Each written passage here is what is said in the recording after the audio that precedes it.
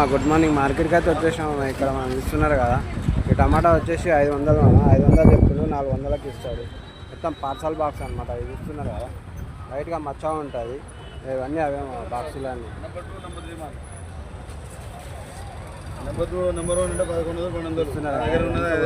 దాకా లాట్ అంతా అదే మామ. ఇది అన్న ఇక్కడనే ఉంటాడు సీనాన. వీళ్ళ దగ్గర ఇంకా వేరే కూడా ఉన్నాయి. కాకరకాయ వచ్చేసి 30 రూపాయలు మామ. కద్దు వచ్చేసి 300 రూపాయలు బ్యాగు. 18, 16 ఉంటాయి. 30 రూపాయలకు 20 రూపాయలకు ఒకటి పడుతుంది అనమాట మనకు. స్థిరమైంది మామ కద్దు అయితే. గుడిమకాయ వచ్చేసి 30 రూపాయలు.